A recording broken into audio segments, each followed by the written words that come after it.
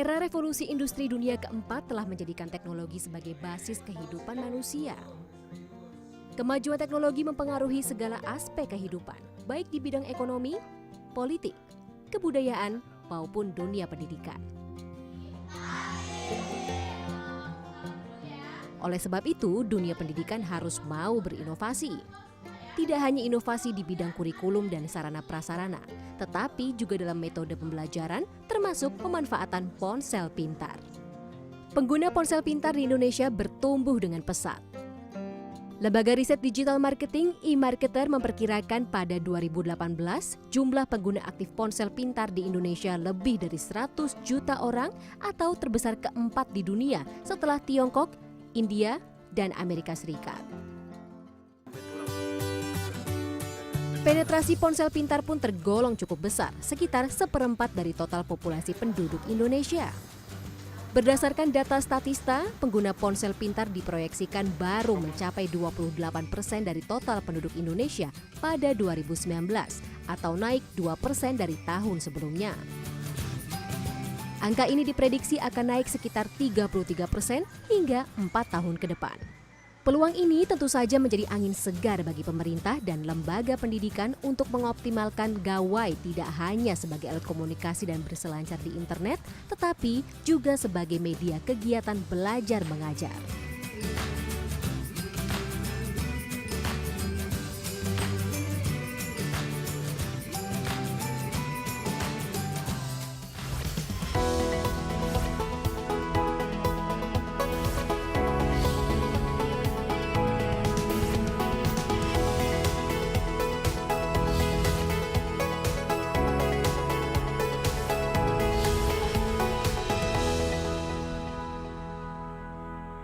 Ya, teknologi ya bila kita gunakan dengan baik bisa merupakan alat yang sangat berguna bagi seluruh aspek kehidupan kita. Nah, termasuk dalam bidang pendidikan dengan menggunakan teknologi, ya pendidikan seharusnya bisa jauh lebih aksesibel dan juga kita bisa melakukan banyak hal yang membuat pendidikan itu jauh lebih inovatif dan kreatif. Tapi tentu saja diperlukan transformasi ya dalam sistem pendidikan itu sendiri, baik dari ya kebijakannya, mungkin peran gurunya dan juga siswanya serta kurikulum yang kita bisa kembangkan dengan basis teknologi. Nah, Insight with Desi Anwar kali ini akan berbincang seputar peran teknologi dalam mentransformasi pendidikan.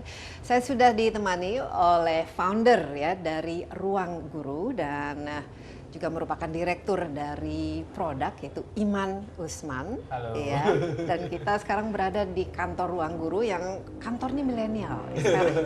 Ini serba milenial. Nah, Iman sendiri ini merupakan salah satu cerminan dari milenial yang kita banggakan di Indonesia ini. Terima kasih. Ya, belum 30 tahun. Belum.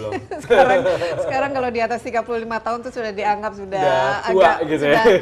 sudah tua, dan Iman sendiri saya sudah sejak tahun 2012 sejak kuliah mengikuti perkembangannya dan ikut bangga ya terhadap keberhasilan yang selama ini dilakukan. Nah, Ruang Guru sendiri 2014, nah, sekarang sudah 2020 dan dampaknya sudah semakin terasa, memenangi banyak award dan lain sebagainya. Tapi Iman, sekarang ini sebenarnya kan ada aspek teknologinya khusus yang berbasis internet ya. Kemudian kalau di Indonesia pasti ada masalah akses terhadap pendidikan itu sendiri dan kualitas terhadap pendidikan itu sendiri serta kebutuhan pendidikan itu sendiri khususnya bagi anak-anak muda sekarang. Ini bagaimana peran dari teknologi ini kita bisa membuat transformasi yang cukup mendalam ya terhadap masa depan pendidikan di Indonesia. Jadi benar banget. Jadi kalau kita ngomongin masalah pendidikan itu kan kompleks banget. Yang pertama ada masalah akses. Karena ada 50 juta anak usia sekolah, ada 4 juta guru dan persebarannya kan begitu luar biasa. Jadi 4 juta guru ini sekarang persebarannya tidak begitu merata. Dan kalau misalnya kita ngelihat konten-konten yang ada di publik gitu, apakah itu yang tadinya cetak ataupun digital gitu, banyak banget yang sebenarnya belum memenuhi standar kualitas yang diharapkan. Jadi kalau misalnya mau mengharapkan pendidikan yang berkualitas dan bisa diakses, itu sekarang masih atau sebelumnya masih ibaratnya mimpi gitu kan. Nah yang kedua kan masalah kualitas. Jadi kualitas ini memang isu yang sebenarnya sangat besar sekali di dunia pendidikan. Karena tadi, pertama kalau kita ngeliat kualitas guru, 4 juta guru, kalau menurut World Bank, lebih dari 50%-nya dianggap tidak qualified untuk mengajar.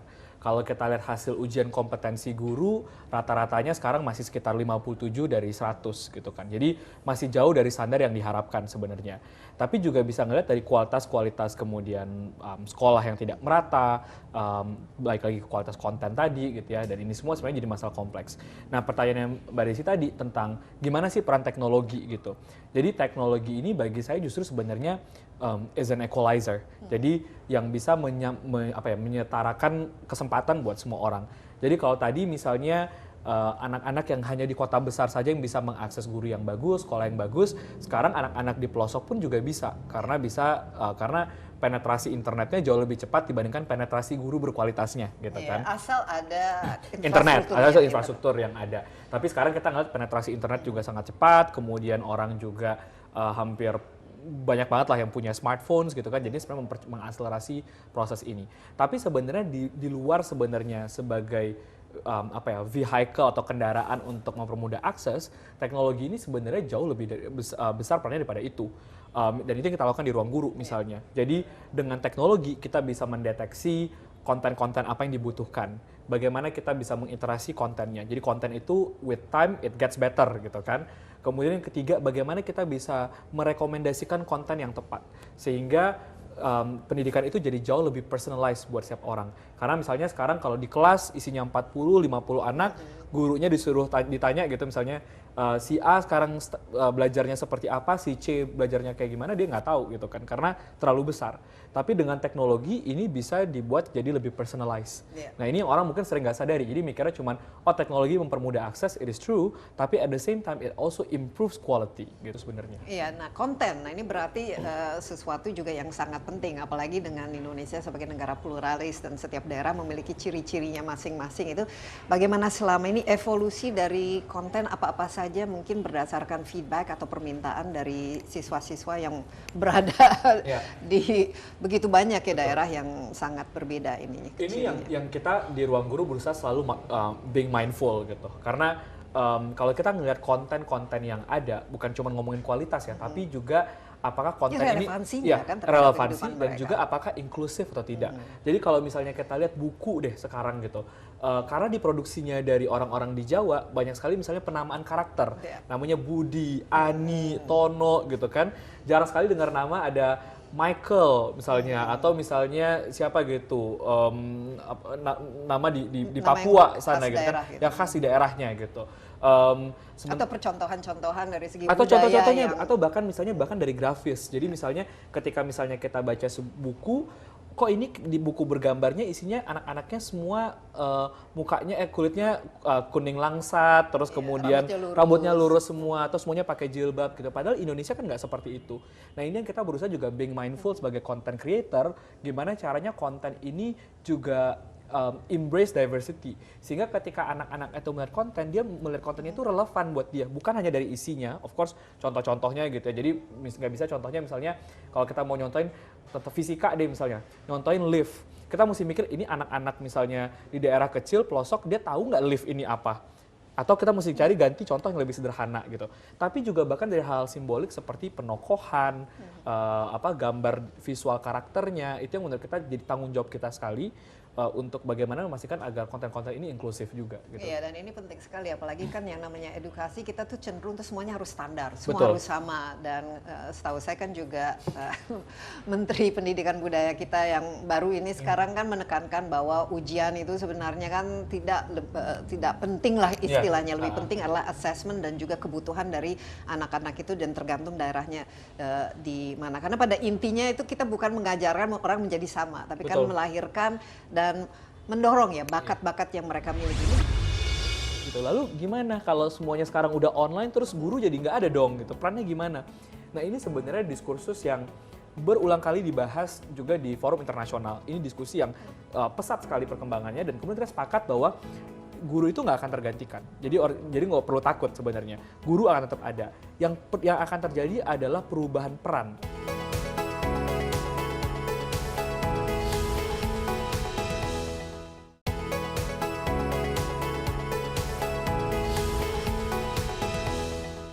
Nah, guru ini sendiri kan tadi disebutkan kita ya. masih dengan 4 juta guru Betul, itu betul, mungkin betul. dari segi level kompetensinya masih harus ditingkatkan dan lain sebagainya. Adakah dampak positif yang sudah terasa dari peningkatan kompetensi dan juga kapasitas guru itu sendiri? Ya. Dan kedua mungkin yang lebih menarik lagi, dengan adanya teknologi ini berarti kan ada perubahan dalam sistem mengajar ya dan belajar. Biasanya guru secara tradisional di ruang kelas begitu banyak murid semua duduk manis mendengarkan dan guru adalah sumber semua dari ilmu itu sendiri. Gurulah yang paling benar. Ini bagaimana selama 6 tahun ini Iman melihat? Jadi yang pertama sebenarnya mungkin banyak orang nggak tahu bahwa selain perusahaan Ruang Guru, kita juga punya Yayasan Ruang Guru. Di yayasan ini kita banyak melakukan aktivitas-aktivitas non-komersial, termasuk sebenarnya utamanya adalah pelatihan guru.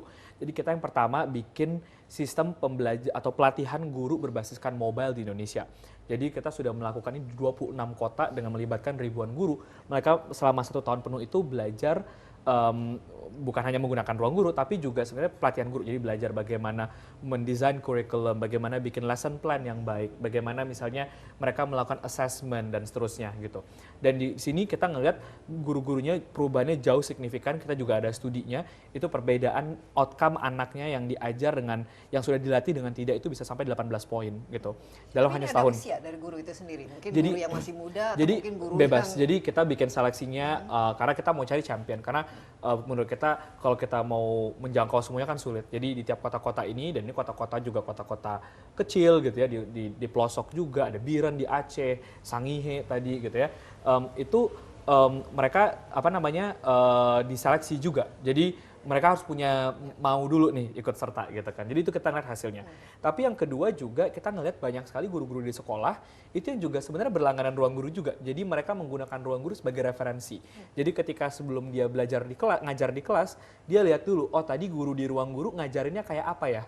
Jadi nanti di kelasnya dia jadi punya bayangan. Atau ada juga guru-guru yang kemudian dia koneksikan saja, nanti ditampilkan di kelasnya, anak-anaknya belajar dulu dari situ, lalu dia baru pengayaan. Jadi ini yang menurut kita sebenarnya menarik sih. Nah kembali ke pertanyaan kedua tadi gitu, lalu gimana kalau semuanya sekarang udah online terus guru jadi nggak ada dong gitu, perannya gimana? Nah ini sebenarnya diskursus yang berulang kali dibahas juga di forum internasional. Ini diskusi yang pesat sekali perkembangannya dan kemudian kita sepakat bahwa guru itu nggak akan tergantikan. Jadi nggak perlu takut sebenarnya. Guru akan tetap ada. Yang akan terjadi adalah perubahan peran. Iya, peran. Jadi kalau sebelumnya waktu guru itu banyak dihabiskan dengan administrasi, banyak dihabiskan dengan deliver konten, jadi mengajar. dan mengontrol kelas itu supaya Mengontrol kelas, membuat konten atau menilai gitu ya. Atau PR gitu ya. Nah ini tuh sebenarnya semuanya bisa digantikan oleh teknologi. Tapi yang nggak bisa digantikan adalah kemampuan dia memfasilitasi, menginspirasi murid, dia coaching muridnya, mengarahkan, oh ini kamu harusnya belajarnya habis ini ke sini ke sana gitu ya. Itu nggak bisa dengan teknologi. Nah ini yang sebenarnya harus dipahami juga bagi semua orang yang terlibat dalam pengembangan guru gitu ya. Bagaimana kita jangan sampai justru selama ini training-trainingnya fokus pada hal-hal yang anyway bakal bisa digantikan oleh teknologi. Tapi justru menyiapkan guru ini untuk siap di abad 21, kebutuhannya seperti apa, dan dia mesti punya skill yang bisa merespon ini gitu. Ya, nah selama ini menurut Iman ya masalah mungkin dalam sistem pendidikan guru itu sendiri atau mungkin status guru itu sendiri dan kebijakan yang diterapkan kepada guru itu sendiri, apa yang membuat guru-guru Indonesia itu tidak istilahnya kapasitas dan kompetensinya itu tidak sesuai dengan yang kita inginkan? Ya ini kompleks juga. Jadi kan sebenarnya kita ngelihatnya itu seperti human capital proses aja gitu. Jadi sama seperti orang bekerja gitu. Jadi pertama inputnya seperti apa. Nah di Indonesia kan kebanyakan, jadi kalau misalnya kita bandingkan di Singapura, misalnya yang PISA-nya nomor 1 gitu ya, orang-orang yang menjadi guru adalah top 20% of the classrooms gitu. Kemudian dia tertarik jadi guru. Di Indonesia kebalikannya, bottom 20%. Orang udah nggak terima jadi insinyur atau udah nggak terima di kedokteran apa segala macam, baru akhirnya udah deh jadi guru gitu misalnya. Jadi kebalikannya. Jadi pertanyaannya adalah bagaimana nih kita kemudian bisa meningkatkan kredibilitas profesi guru ini dan membuat orang-orang yang akhirnya bagus jadinya tertarik menjadi guru. Itu satu. Itu supply-nya. Yang kedua, proses rekrutmennya seperti apa. Jadi bagaimana kita ya tadi bisa punya proses rekrutmen yang benar dan kemudian menempatkan, jadi placement gitu, rekrutmen placement, menempatkan guru itu sesuai dengan porsinya. Jadi kayak misalnya sekarang gitu, guru kita ada 4 juta. Kalau ngeliat dari student teacher ratio, kita tuh salah satu yang paling rendah, which is bagus sebenarnya, jadi 1:17. Tapi kalau ditanya sama orang-orang yang nonton di rumah mungkin, pernah nggak di kelasnya, sekelas cuma 17 orang? Nggak pernah kan gitu. Saya dulu 40, mungkin sekarang 35. Artinya apa? Ini guru-guru distribusinya nggak merata. Iya, apalagi di daerah bahkan tidak ada guru sama sekali. Bahkan bisa nggak ada guru sama sekali gitu kan. Nah jadi artinya placementnya nggak merata. Jadi guru-gurunya masih terkonsentrasi justru di tempat-tempat yang kota besar gitu, yang membutuhkan malah enggak gitu. Lalu setelah placement, berarti kemudian kan dia harus ada continuous development-nya juga. Sama seperti orang bekerja, ada training, upskilling, reskilling gitu kan. Nah ini nggak diperhatikan juga. Dan kemudian remuneration gitu kan. Sama seperti orang bekerja, kita punya career path. Dari sini nanti jadi apa dan segala macam. Kalau guru itu ya dia mau 1 tahun mengajar, 5 tahun mengajar, 10 tahun mengajar, beda remunerasinya aja nggak beda jauh Ya, gitu ini kan. menarik karena saya sempat ya ke Finlandia. Iya, Ini betul. karena Finlandia ini merupakan salah satu yang dari dulu tuh mereka melakukan transformasi dalam edukasi dan sekarang itu luar biasa, selalu di top ya kalau dari segi kualitas pendidikannya. Nah, ini yang menarik itu adalah kualitas dan kualifikasi dari guru itu sendiri. Harus S2, betul. misalnya. Mereka memiliki pendidikan pedagogi dan Betul. mereka juga dari segi salary itu menarik dan mereka mendapatkan yang penting respect dari society. Betul, sehingga betul. mereka tuh merasa kalau mengajar itu merupakan semacam calling ya, Betul. untuk profesional. Bukan ya karena tidak ada tempat lain.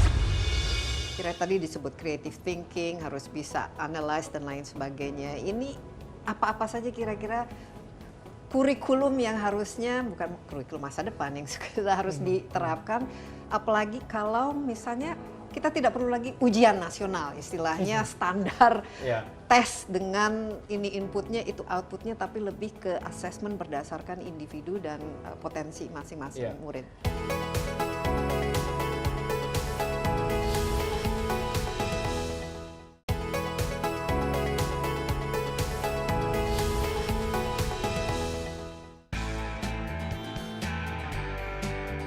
Kementerian Pendidikan dan Kebudayaan mencatat total guru di Indonesia pada 2019 sebanyak 2,9 juta orang. Selain guru berstatus PNS, masih terdapat 33,9% atau 984.600 guru di seluruh Indonesia yang berstatus non-PNS dan non-tetap yayasan. Sementara itu, sejak Desember 2005, Kemdikbud mulai menggenjot sertifikasi guru secara berkelanjutan. Sertifikasi ini bertujuan untuk menentukan kelayakan guru dalam melaksanakan tugasnya sebagai agen pembelajaran dan meningkatkan proses serta mutu hasil pendidikan. Menurut data verifikasi, hingga Desember 2019, Kemdikbud mencatat jumlah guru yang tersertifikasi di Indonesia belum mencapai 50%. Padahal sertifikasi menjadi ukuran dalam menentukan kelayakan profesi. Pada hakikatnya, sertifikasi guru menjadi penting dalam mendapatkan guru yang baik dan profesional. Selain itu, guru dapat memiliki kompetensi dalam melaksanakan fungsi dan tujuan pendidikan sesuai dengan kebutuhan masyarakat dan tuntutan zaman. Selama ini kalau tidak salah juga Ruang Guru membantu ya pemerintah dalam menerapkan kebijakan untuk meningkatkan kualitas guru. Apa-apa saja yang sudah dilakukan dan di mana saja itu? Iya, jadi macam-macam. Jadi yang pertama kita punya program namanya Indonesia Teaching Fellowship. Jadi ini kita bekerja sama dengan berbagai macam partner, ada Persada Kapital, ada Adaro dan segala macam gitu. Nah ini kita sudah lakukan sejauh ini di 26 kota kabupaten. Harapannya bisa jauh lebih pesat lagi. Mungkin sekitar 4.000 sampai 5.000 guru lah so far gitu. Jadi ini bukan cuma pelatihan sekali, enggak, tapi sepanjang tahun. Jadi benar-benar ada proses onboardingnya, kemudian mereka itu setiap hari masuk ke dalam grup belajar, grup chat online. Jadi mereka ada tugasnya, ada pendampingannya, bahkan mereka itu ada konselornya. Jadi kita melihat banyak banget nih masalah-masalah guru ini akhirnya nggak bisa perform karena masalah-masalah yang dihadapi di rumahnya, atau misalnya di sekolah dia punya konflik sama kepala sekolah, sama rekan-rekan kerjanya, dia nggak bisa misalnya handle murid, misalnya ada yang, aduh saya di kelas saya ada murid yang berkebutuhan khusus, saya mesti ngapain ya. Jadi ada konselornya, jadi mereka ada kayak office hour-nya, bisa nanya Dan itu jauh banget sekali signifikansinya. Lalu yang keempat itu juga kemudian bagaimana membuat ada community of practice yang baik di lingkungannya. Jadi mereka tadi mungkin gurunya dilatih cuma 4.000, 5.000, tapi kemudian mereka membuat komunitas-komunitas belajar buat rekan-rekan gurunya lain. Jadi mereka trainers of trainers. champions, Jadi championnya, makanya tadi bilang championnya. Jadi mereka bikin lagi di komunitasnya, menyampaikan apa tadi yang dipelajari sehingga dampaknya bisa lebih besar lagi. Gitu. Jadi guru masa depan itu kira-kira seperti apa ini? Kalau saya membayangkan guru di masa depan itu sebenarnya tetap pasti fungsi hakikat guru yang utama. Jadi bagaimana dia menjadi teladan, bagaimana dia bisa menginspirasi anak-anak itu untuk belajar, bagaimana bisa dia understand teaching, learning how to learn gitu kan. Jadi bukan cuman ini loh konten kamu pelajari, tapi justru nanti kalau kamu nggak ngerti, belajarnya mesti kayak gimana, nyarinya kemana gitu. Jadi itu gitu ya. Tapi kalau guru masa depan juga, selain yang fundamentalnya ini tadi, juga pada akhirnya dia bisa relevan dengan kebutuhan zaman. Jadi kan maksudnya nanti anak-anak setelah sekolah, mungkin dia kuliah, mungkin bekerja. Kebutuhannya kan berubah. Ya, sekarang ada 21st sesuai. century skills gitu kan, yang karena orang nggak bisa mendeteksi lagi pekerjaan di masa depan tuh apa sih gitu kan. Apalagi kalau nanti sudah ada AI, robot, automation dan lain sebagainya. Sehingga jadi akhirnya banyak justru hal-hal seperti creative thinking, critical thinking, collaboration, bagaimana dia mengimplementasikan project di dalam classroom gitu kan, bagaimana dia bekerja sama dengan orang yang berbeda dengan dia, itu yang sebenarnya dibutuhkan. Nah pertanyaannya adalah apakah guru-guru kita siap nggak untuk mengajarkan, untuk membimbing di hal-hal seperti itu? Iya, berarti kan harus ada metodenya yang diajarkan, tapi juga pilihan kurikulumnya. Nah ini untuk 21st century, kita sudah masuk 21st century dan Indonesia kita apalagi masuk ke bonus demografi dan tentu saja mau tidak mau kita harus menyiapkan SDM yang memang bisa memberikan kontribusi secara positif ya terhadap bukan saja lingkungannya, tapi negara dan juga seluruh dunia lah istilahnya, menjadi global citizen. Dari segi kurikulumnya, apa-apa saja yang kira tadi disebut creative thinking, harus bisa analyze dan lain sebagainya. Ini apa-apa saja kira-kira kurikulum yang harusnya, bukan kurikulum masa depan, yang harus diterapkan, apalagi kalau misalnya kita tidak perlu lagi ujian nasional, istilahnya standar tes dengan ini inputnya, itu outputnya, tapi lebih ke assessment berdasarkan individu dan potensi masing-masing murid. Jadi pada akhirnya kan tadi bagaimana sebenarnya menciptakan lebih banyak lagi creator sebenarnya. Jadi orang-orang yang bisa menciptakan gitu, dan itu pada akhirnya kan butuh kemampuan anak-anak ini untuk bagaimana dia bisa mengidentifikasi ada masalah di sekitarnya dia, bagaimana kemudian dia bisa punya ide gitu kan, punya gagasan, oh kalau masalahnya seperti ini solusinya seperti apa, berarti problem solving skill gitu. Kemudian bagaimana dia kemampuan mengeksekusi, dan itu berarti ada bagaimana dia melakukan mengelola project, jadi project management, bagaimana dia mungkin menguasai skill-skill yang dibutuhkan. Jadi seperti misalnya belajar coding, belajar tentang, karena coding itu bukan cuman mereka belajar coding per se gitu, tapi sebenarnya kan belajar proses yang terstruktur, yang logis gitu kan. Problem solving gitu. Jadi hal-hal seperti itu sebenarnya bisa dimasukkan lagi juga. Cuman yang saya juga menurut saya penting dan mungkin jarang sekali diomongin juga adalah tadi sih bagaimana mereka bisa berkolaborasi dengan orang-orang yang berbeda dengan dia. Jadi berarti harus punya sense of respect, termasuk communication skill. Dia bisa kalau beda suku, beda agama, ditempatkan dalam kondisi yang berbeda itu seperti beda apa?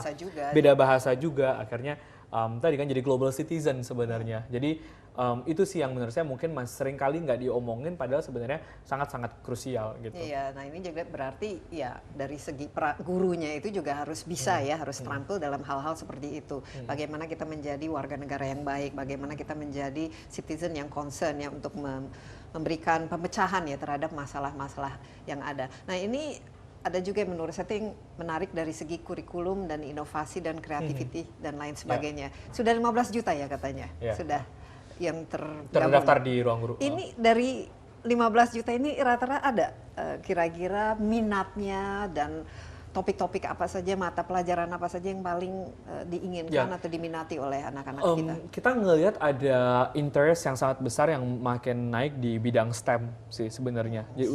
Science, technology, engineering and math gitu kan. Jadi pelajaran-pelajaran eksakta itu sebenarnya minatnya masih sangat tinggi di Indonesia, dan memang mungkin juga itu yang dibutuhkan juga saat ini banyaknya gitu. Tapi kemudian juga di luar itu juga banyak yang tertarik di bidang bahasa juga. Jadi mungkin sudah mulai banyak orang-orang yang sudah sadar kebutuhan akan misalnya bahasa asing. Atau bukan cuman berbahasa asing, tapi juga literasi untuk bahasa Indonesia sendiri sebenarnya juga masih perlu ditingkatkan. Jadi bagaimana dia bisa mengkomunikasikan apa yang dia ada di pikirannya, menuliskan itu gitu kan, menyampaikan itu tuh saya ngeliat minatnya udah makin naik. Melakukan presentasi, Presentasi. apalagi ingin menjadi startup ya kan, Iya. company harus bisa Sekarang lakukan apapun pitching. pekerjaannya pasti harus presentasi gitu kan. Jadi dan itu atau misalnya menulis gitu. Dan sayangnya tuh kita nggak dibiasakan itu. Jadi itu yang sekarang lagi lumayan banyak interestnya, which is good gitu. Banyak orang tuh yang pengen anaknya, oh kamu harus jadi juara 1, kamu harus jadi juara 2, juara 3.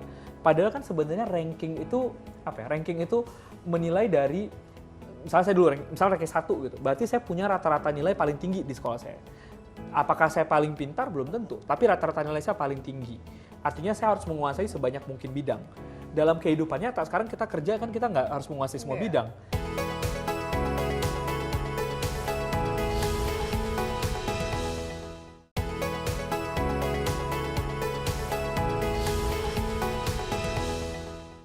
Ke depannya, ini kan di sini ada siswa, tapi ada juga ada guru, tapi juga ada peran orang tua. Ini berarti kan harus ada semacam ekspektasi yang berubah ya mengenai apa sih pendidikan. Biasanya kalau orang tua mereka lakukan investasi untuk uang sekolah dan lain sebagainya, tapi harus ada hasilnya. Hasilnya biasanya nilainya harus tinggi supaya bisa diterima di sekolah favorit atau nanti bisa masuk ke universitas atau bisa menjadi seorang profesional. Tapi ini berarti kan harus ada perubahan mindset itu juga dari orang tua. Ini mungkin banyak orang tua banyak nggak sadari bahwa learning itu starts at home. Jadi belajar itu sebenarnya dimulai di rumah, bukan di sekolah. Banyak orang tua sekarang mindsetnya itu adalah ya udah serahkan belajar itu ke sekolah. Jadi pokoknya saya mau tahu beres, tugasnya ya. cuma nganterin anak di hari pertama sekolah sama nanti ngambil rapor, udah selesai gitu. Padahal sebenarnya enggak gitu kan. Jadi karena kalau mau dilihat gitu, waktu yang dihabiskan pasti akan lebih banyak di rumah gitu kan dibandingkan di sekolah. Jadi pada akhirnya PR-nya orang tua adalah bagaimana orang tua ini juga mempunyai kemampuan, ya mungkin nggak seharus semaster guru gitu, tapi kemampuan untuk membimbing tadi, coaching tadi, mengarahkan tadi. Jadi ini yang penting. Yang kedua adalah bagaimana orang tua bisa menciptakan environment atau lingkungan belajar yang mendukung. Jadi difasilitasi gitu. Jadi of course beda-beda konteksnya, mungkin ada yang mampu dan nggak mampu dan beda-beda apa yang bisa dilakukan, tapi minimal adalah menciptakan lingkungan belajar yang aman dan nyaman buat anak gitu. Jadi sekolah tuh harus fun, harus menyenangkan, bukan jadi sesuatu yang jadi sangat membuat orang stres atau bahkan di rumahnya juga. Jadi misalnya bahwa tadi nggak ada tekanan-tekanan yang berlebihan gitu sebenarnya. Perlu mungkin tetap mengencourage kan, wah nilai kamu ini apa sekali nggak apa-apa, tapi juga perlu sadar bahwa tekanannya nggak berlebihan, satu. Yang kedua juga menciptakan ruang yang nyaman tadi buat anak tadi belajar, termasuk pada akhirnya dia boleh bertanya di dalam rumah. Karena banyak orang tua yang mungkin ya udah ini my way, ya you follow my way gitu kan. Jadi dengerin aja gitu. Atau kalau ditanya kenapa begini gitu, ya udah emang gitu diisi bukunya gitu kan. Padahal sebenarnya ini kan jadinya memblok kreativitas dan curiosity anak gitu, kerasa keingintahuannya mereka. Nah ini yang sebenarnya perlu di embrace di rumah. Dan yang ketiga sebenarnya mungkin ya tadi, bagaimana orang tua itu jauh lebih partisipatif dengan cara dia tahu perkembangan belajar anaknya. Jadi membangun interaksi dengan gurunya, dengan sekolahnya. Jadi nanya, anaknya gimana di sekolah, perkembangannya gimana, ada yang perlu saya tahu nggak, ada yang perlu saya perhatikan nggak. Jadi karena ya sebenarnya bagi orang tua, guru itu adalah partner buat anak-anaknya. Iya, tapi guru juga harus siap misalnya kalau ditanyain atau betul. wah itu salah, atau mereka juga harus siap dikritik ya, atau diberikan masukan. Nah, dua belah pihak lah sama. Ya guru juga harus berubah mindset. Betul. Jadi mesti open sama feedback dan criticism juga. Jadi nggak bisa, kadang juga ada yang sebagian lah, nggak banyak. Cuman yang berpikir bahwa guru selalu benar gitu kan. Nah ini kan berarti ada perubahan dalam kita melihat istilahnya itu kesuksesan orang siswa. Kalau dulu kan gampang ya, kalau ujiannya nilainya bagus berarti muridnya pintar, nilainya tidak bagus ya berarti ya tidak pintar atau bodoh dan lain sebagainya. Tapi sekarang kan harusnya kan tadi berdasarkan assessment. Jadi bagaimana kita mengukur, dan ukuran itu kita bisa gunakan untuk apa? Karena sebenarnya kan tidak ada anak yang bodoh, nggak ada, gitu. bener. Ini lebih ke bagaimana kita mengukur dan melihatnya ya. Katanya kalau misalnya ikan itu diukur dengan kepintarannya untuk memanjat pohon ya pasti dia tidak akan pernah lulus gitu. Betul, betul. Jadi ini juga jadi dilema. Jadi maksudnya bagaimana kita melakukan pengukuran yang tepat. Jadi kayak tadi dibilang kalau misalnya ikan ya diukurnya di kemampuan memanjat pohon ya nggak akan pernah lulus karena bukan kapasitasnya. Jadi menurut saya pada akhirnya pengukuran ini disesuaikan lagi dengan usia gitu. Jadi jangan sampai kita sekarang banyak ya. Jadi misalnya kayak wah kamu sebelum masuk SD udah harus bisa calistung, baca tulis hitung, harus udah bisa bahasa Inggris, harus udah bisa pakai komputer segala macam. Padahal itu kan bukan ukurannya buat anak mau masuk SD. Ya, atau mungkin minatnya tidak ke sana. Atau kan? minatnya nggak ke sana, jadi pressure-nya begitu tinggi. Ya dan sekarang akhirnya semua sekolah akhirnya tiap pas mau masuk SD dites anaknya udah bisa baca tulis apa enggak. Padahal sebenarnya seharusnya baca dan tulis itu ya ada di ketika kelas 1 SD gitu kan sebenarnya. Jadi tadi benar pengukuran yang tepat sesuai dengan usia itu menurut saya satu. Yang kedua juga adalah bagaimana punya pengukuran yang holistik. Jadi tetap harus ada pengukuran karena kalau nggak ada ukurannya kan nggak tahu juga. Jadi nggak bisa juga ya udah anak belajar aja terus dia nggak tahu di mana posisinya. Karena salah satu yang akhirnya memicu growth mindset dan Indonesia itu growth mindsetnya salah satu yang paling rendah di dunia gitu kan sayangnya. Jadi itu adalah bahwa dia tahu punya sense of progress. Dia tahu sekarang di mana dan dia harus apa. Jadi kalau nggak ada pengukuran menurut saya juga salah juga gitu. Karena kalau gitu anak tahu dari mana dia posisinya di mana sekarang, apa yang harus dia kejar, apa yang harus dia capai. Dia nggak punya goal gitu kan. Nah jadi tapi yang perlu dilakukan adalah gimana tadi bagaimana pengukurannya itu holistik. Jadi bukan cuman melihat dari satu aspek saja tapi ya dari segala aspek dia punya gambaran penuh gitu. Dan ini juga orang tua harus bisa menyikapinya. Jadi banyak orang tua yang pengen anaknya, oh kamu harus jadi juara 1, kamu harus jadi juara 2, juara 3. Padahal kan sebenarnya ranking itu apa ya? Ranking itu menilai dari misalnya saya dulu misalnya ranking 1 gitu. Berarti saya punya rata-rata nilai paling tinggi di sekolah saya. Apakah saya paling pintar? Belum tentu. Tapi rata-rata nilai saya paling tinggi. Artinya saya harus menguasai sebanyak mungkin bidang. Dalam kehidupan nyata, sekarang kita kerja kan kita nggak harus menguasai semua bidang. Misalnya saya mungkin, saya misalnya saya harus bisa marketing. Saya bisa mungkin bagusnya adalah di produksi atau di engineering gitu. Saya nggak harus bisa semua pelajaran, enggak gitu kan. Nah jadi ini juga yang akhirnya peran orang tua. Bagaimana memahami bahwa, memang ukurannya holistik, semua diukur, tapi mana yang harus diprioritaskan? Mendeteksi anaknya ini punya bakat dan minat di mana, dan itu yang didorong. Gitu. Iya, saya pernah wawancarai Tony Buzan ya, Iya.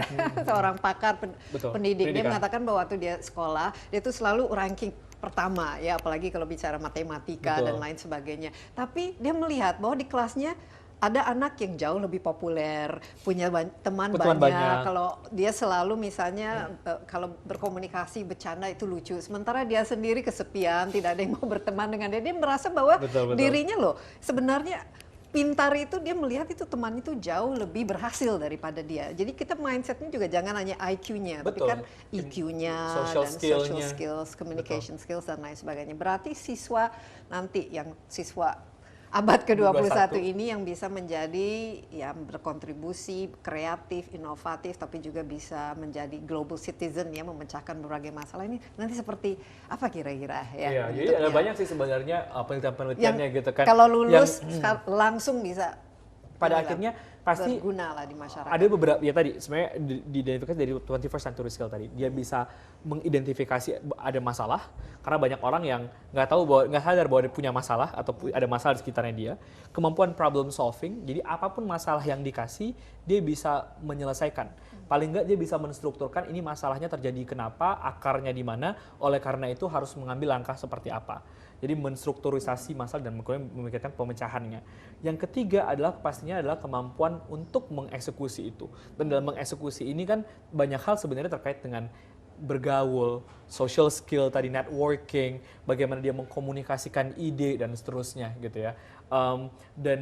Yang keempat dan menurut saya juga nggak kalah pentingnya adalah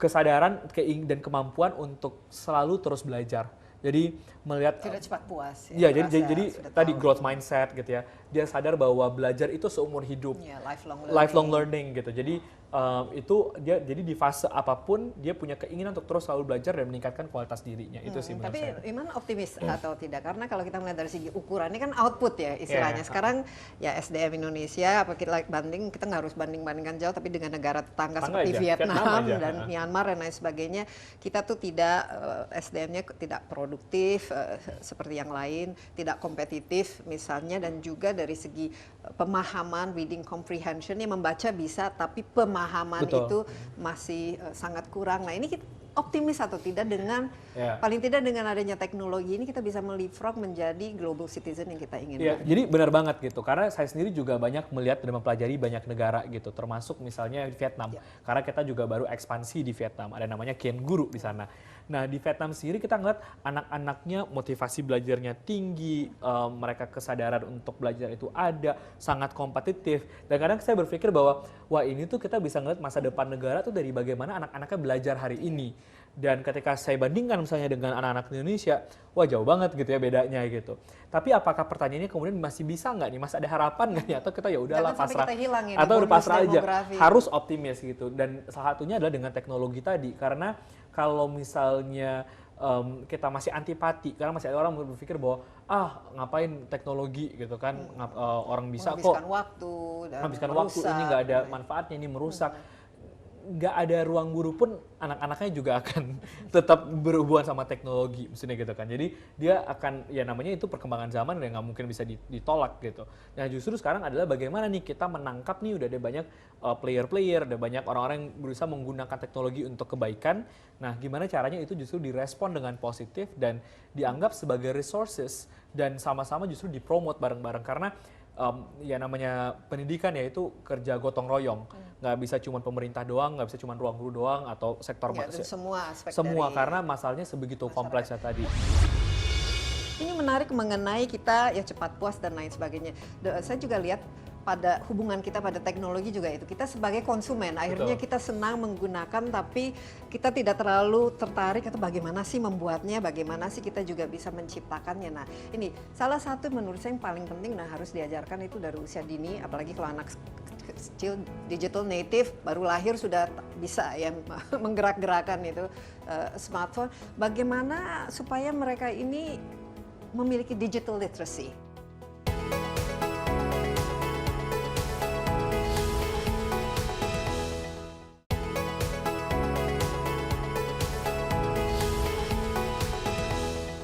Bisa mendapatkan kartu prakerja untuk training-training yang bermanfaat sebelum masuk ke dunia kerja. Program Kartu Prakerja menjadi program andalan Presiden Joko Widodo di awal masa kampanye. Program yang dikhususkan untuk warga yang belum mendapat pekerjaan ini, pendaftaran gelombang pertamanya sudah dibuka pada 11 April yang lalu. Sejumlah pelatihan ditawarkan dalam program Kartu Prakerja, diantaranya pelatihan kewirausahaan, keuangan, hingga menjadi customer service dan berbicara di depan umum atau public speaking. Hingga gelombang pertama program ini, pelatihan yang paling diminati peserta Kartu Prakerja adalah Skill Academy milik Ruang Guru. Kursus online ini mengantongi lebih dari setengah total transaksi, besarannya mencapai 52,4% atau 121.286 transaksi. Tokopedia berada di posisi kedua yang mengumpulkan 25.774 transaksi atau 11,1%. Meski demikian, kritik bermunculan terhadap pelaksanaan program Kartu Prakerja. Kebanyakan berkaitan dengan format pendaftaran, skema pelatihan online, jumlah insentif yang diberikan, hingga akses internet. Selain itu, proses kerjasama dengan para mitra pelatihan juga menimbulkan kritik. Program yang bekerja sama dengan 8 platform digital ini disebut mengambil untung dari pemutaran video pelatihan. Menurut data yang diambil dari Kemenko Perekonomian, nilai transaksi mitra platform program Kartu Prakerja mencapai lebih dari 80 miliar rupiah. Pengamat kebijakan publik Agus Pambagio mengatakan perlu transparansi dari pemerintah mengenai proses kerjasama dengan para mitra. Hal itu penting agar tidak menimbulkan kecurigaan sekaligus kekecewaan di tengah masyarakat. Program ini direncanakan, idenya baik, tapi di perencanaannya agak amburadul ini. Dan terus terang, banyak loophole, banyak lubang-lubang yang kemungkinan bisa masuk kepada kasus-kasus korupsi nantinya, karena kesalahan prosedur. Di tengah gelombang pemutusan hubungan kerja yang masif saat ini, peran Kartu Prakerja cukup memberikan angin segar. Tentu saja, di balik niat baik program pemerintah ini butuh pelaksanaan dan pengawasan yang baik pula.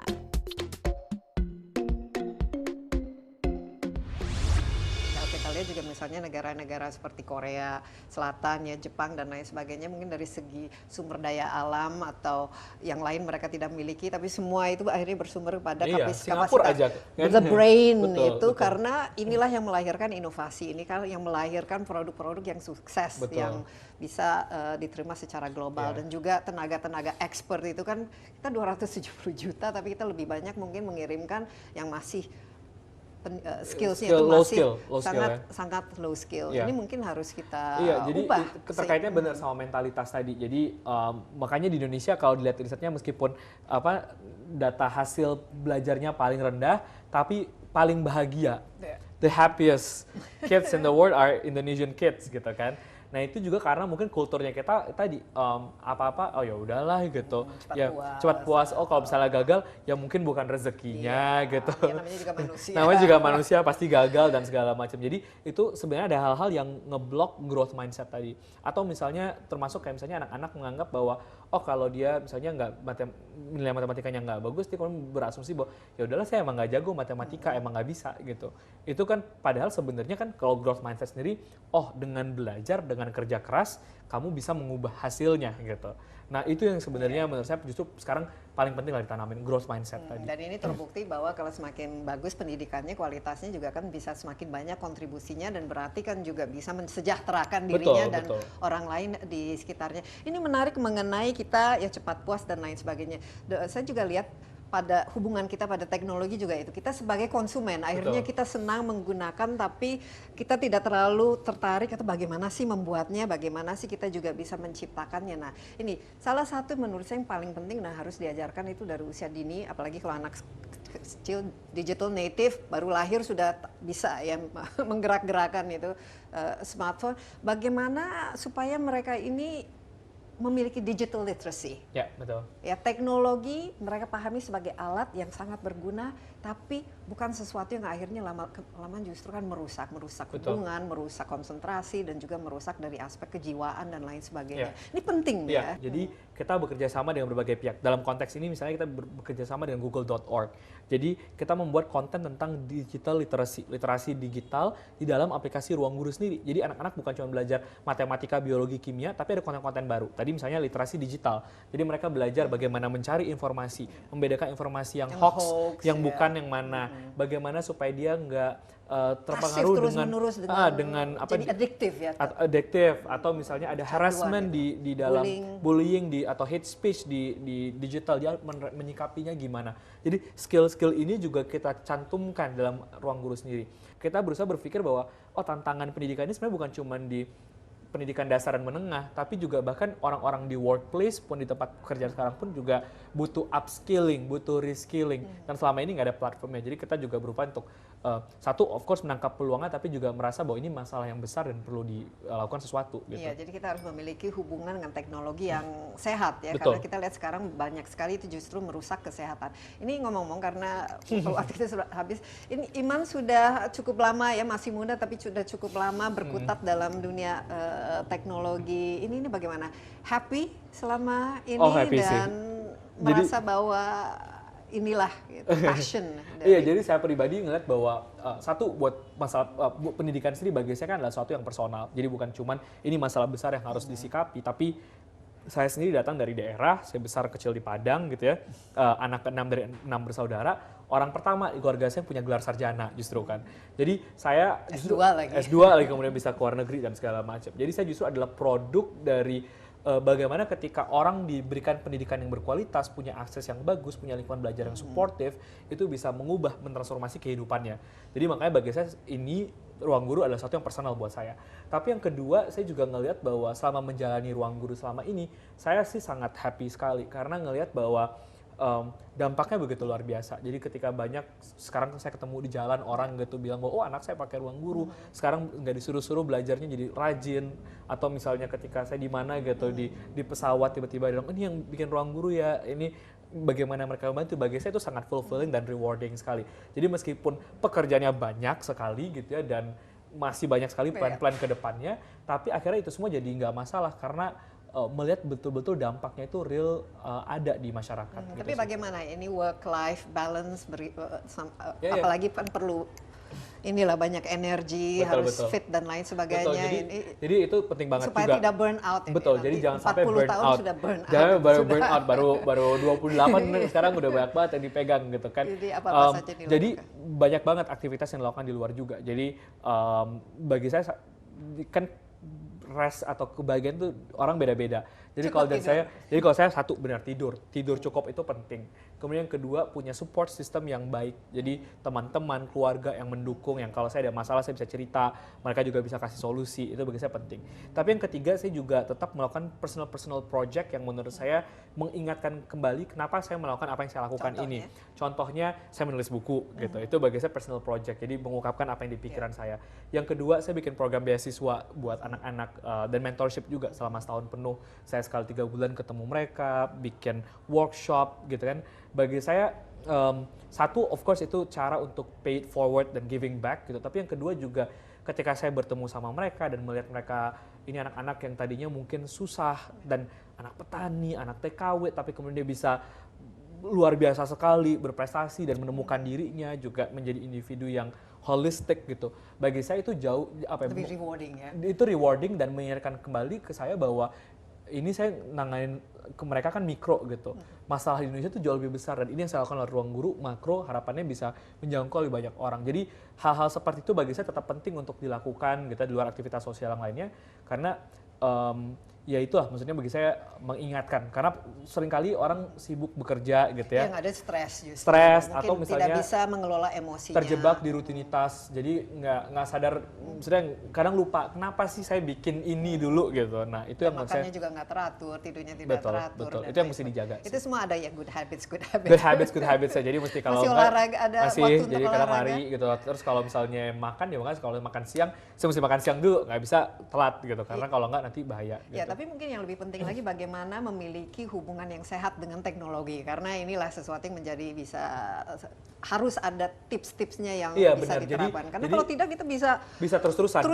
Dan ini berdampak negatif. Jadi, apalagi untuk anak-anak muda sekarang. Banyak anak-anak kadang misalnya kalau sebelum tidur itu masih buka handphone gitu kan. Padahal kan sebenarnya betul juga gitu kan.